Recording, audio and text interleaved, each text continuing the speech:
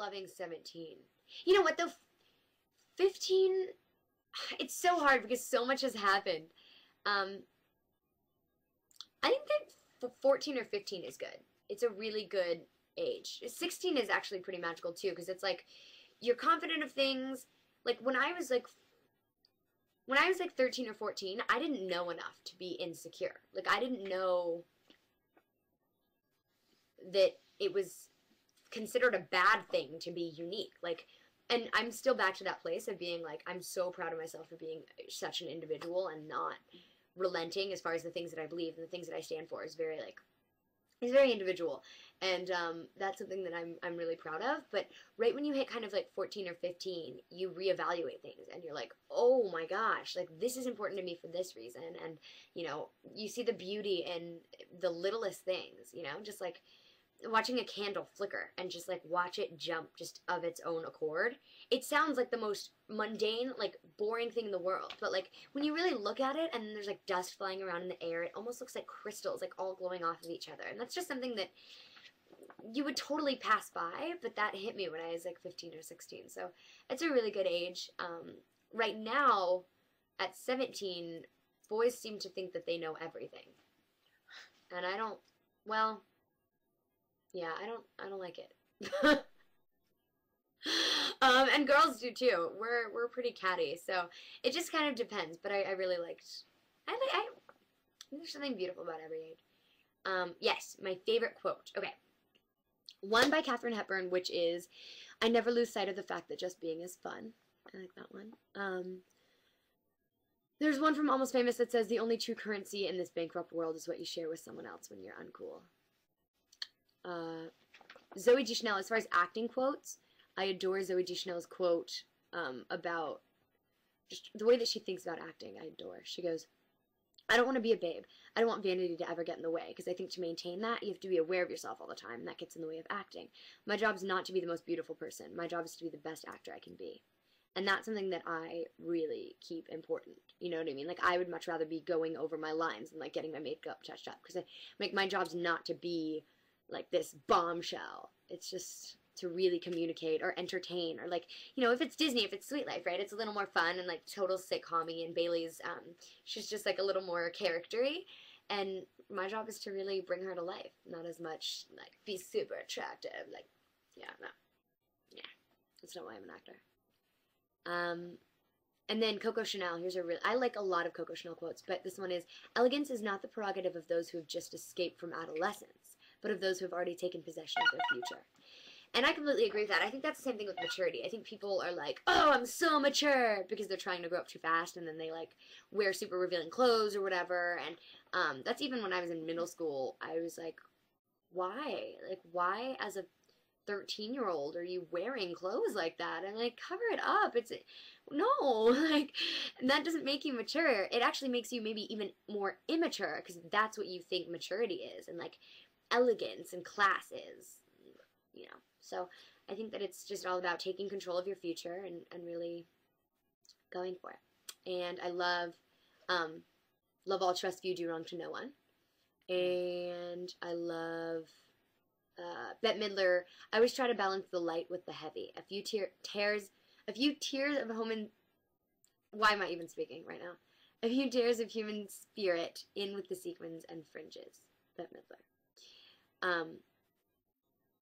And Natalie Portman is, "I don't love studying. I hate studying. I like learning. Learning is beautiful." And I think that there's a very big difference between those. I just really like strong women and the things that they say. And there's an Audrey Hepburn quote that says, "There are certain shades of limelight that can wreck a girl's complexion." And I think that that's very true. And I think that especially with a lot of the things that have been happening lately with girls and teenage girls and adults and young adults kind of in Hollywood really trying to find their way. It's like, as a teenager, I still am obviously in contact with a lot of the kids from my high school, and growing up isn't easy anyways, but like much less having like cameras flashing in your face. So I'm really slow to judge people for stumbling along their way, because we're all finding ourselves, right? And I think that at the end of the day, we all just kind of need a little bit of support and maybe to be prayed for and less judged than anything. But That's me. She wants to know what your advice is for somebody who wants to ask a guy out. That's a good one. What my advice is for someone who wants to ask a guy out.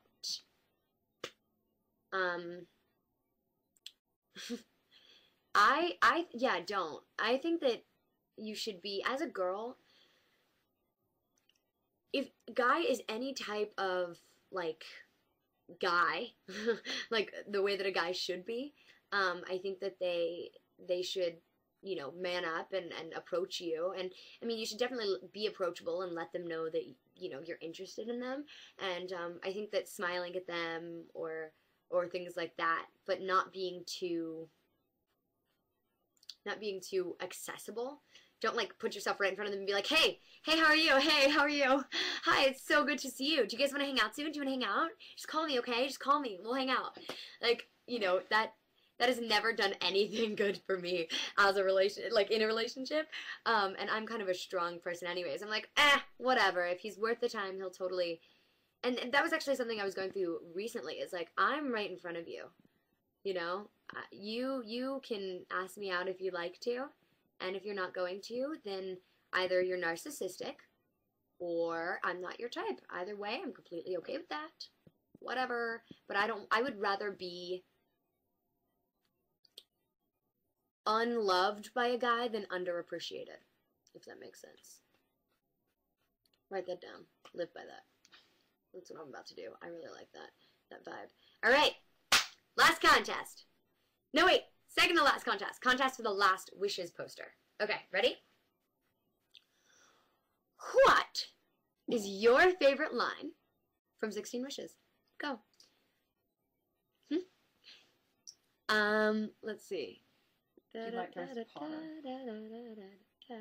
I do like Grace Potter. She's pretty amazing. Very well produced. I just love blues-inspired jam bands. Like, I posted this video the other day on my music blog because it was legitimately, they're just jamming in a hotel room. It's out of control. Yes, I have met Cody Lindley. He's such a nice guy. He's a character.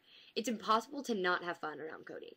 That's something I could swear like, literally, you could just be sitting, like, both of you guys could just be sitting in a room, and it could be just so fun, and, like, or you could just be dancing and having fun, whatever it is. He's super chill. He's a very, very sweet guy. And I will tell you that he has an amazing home studio in his house that is to die for.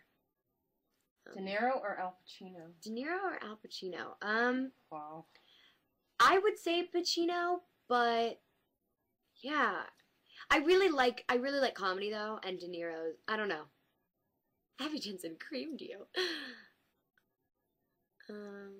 Do I like Glee? I've seen like 1 or 2 episodes, and I do like what I see, a lot of it. The performance is just amazing and just so well done. It's just so well produced. Do I think that I'm a role model? I don't like, I feel like famous people are role models, you know? And that's not really how I think of myself. I think of myself as anyone who is looking at me, whether it's like a neighbor down the street or like someone who's watching the show or like someone who follows me on Twitter, that I should be responsible not only for myself and to take care of my life and my career and make my family proud and make myself proud and make God proud, but also like the people who are watching, and that includes you guys, and that includes, you know, people that I know, and kids of friends of ours, whatever it is. So Timber11 won the contest. Maybe the rules don't know about gum. That's true. That's like a turning point in the story. So congratulations. And oh, that's true. I wish everything was the way it was. That was a really good one too.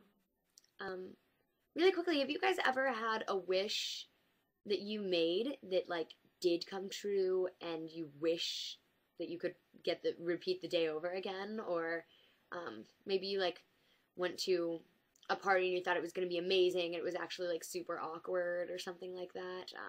That's definitely my thing.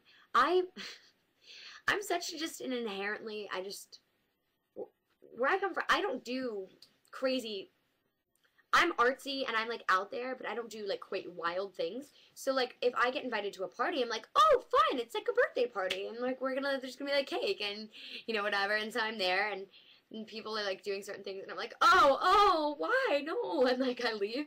That's a lot of times for like all day. I'm like, oh, I'm so excited to go to this party. It's gonna be amazing, and it's gonna be so much fun, and a lot of my friends are gonna be there, and I show up and it's like a bunch of strangers and it's just all like sketchy. That has happened more than once, and those are times that I'm like, so now I just don't go to parties in LA. I do, but it just depending on who I'm close to and whatnot. You made a wish that your cousin's baby would survive, and she did. Oh, that's amazing. That's magical. What's your favorite Christian band? My favorite Christian band. I like 10th Avenue North. They're really good. I love Switchfoot is just. I wouldn't say that they're a Christian band. I think that they're a bunch of like Christian guys who make music. But they're John Foreman is just this epic, legendary producer, singer, songwriter, and really that entire band, the way that they play together and the way that they communicate, they all have such similar hearts in the way that they kind of do things. So I love Switchfoot, and I love especially their newest record and whatnot. Thank you, by the way. I'm glad you like my ring. I got it in Vancouver the second time.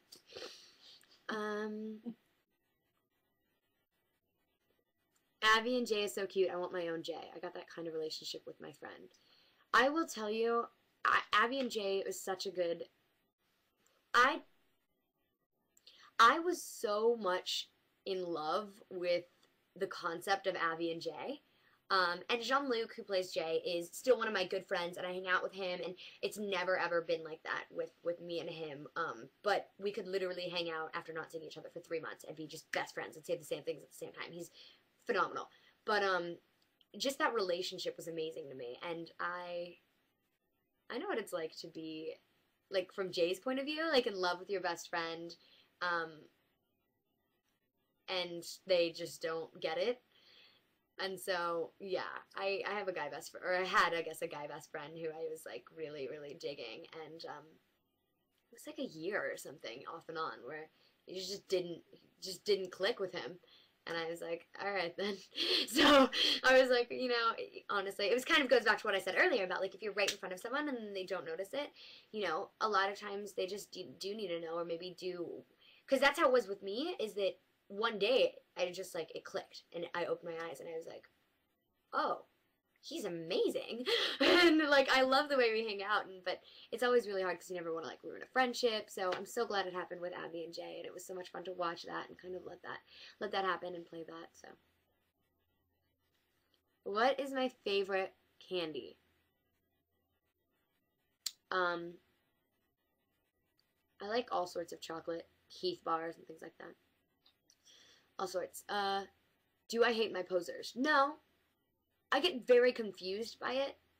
I'm like, I don't, because some people are like, oh, I'm only posing as Debbie because I love her. But it's like, then wouldn't you want, like, people to follow me so that I can actually communicate with them and not, like, mislead my fans? Because here's the thing, is that I love my fans so much. Like, the things that they do and how much they support, and I literally... like, my fans are like my heart.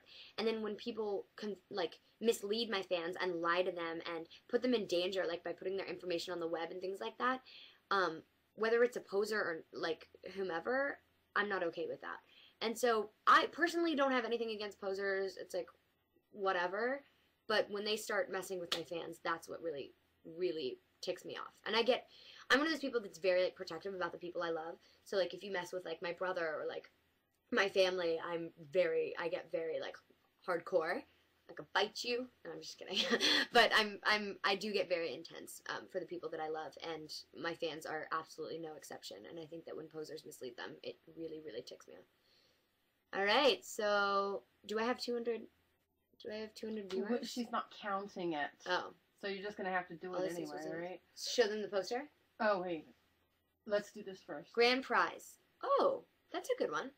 All right, so a grand prize for the signed 16 Wishes DVD. Are you ready to rumble? That's my drum roll. All right, what is the name of our charity partner for 16 Wishes? the charity that we partner with as far as a lot of the proceeds of the bracelets go to and things like that. What are they called?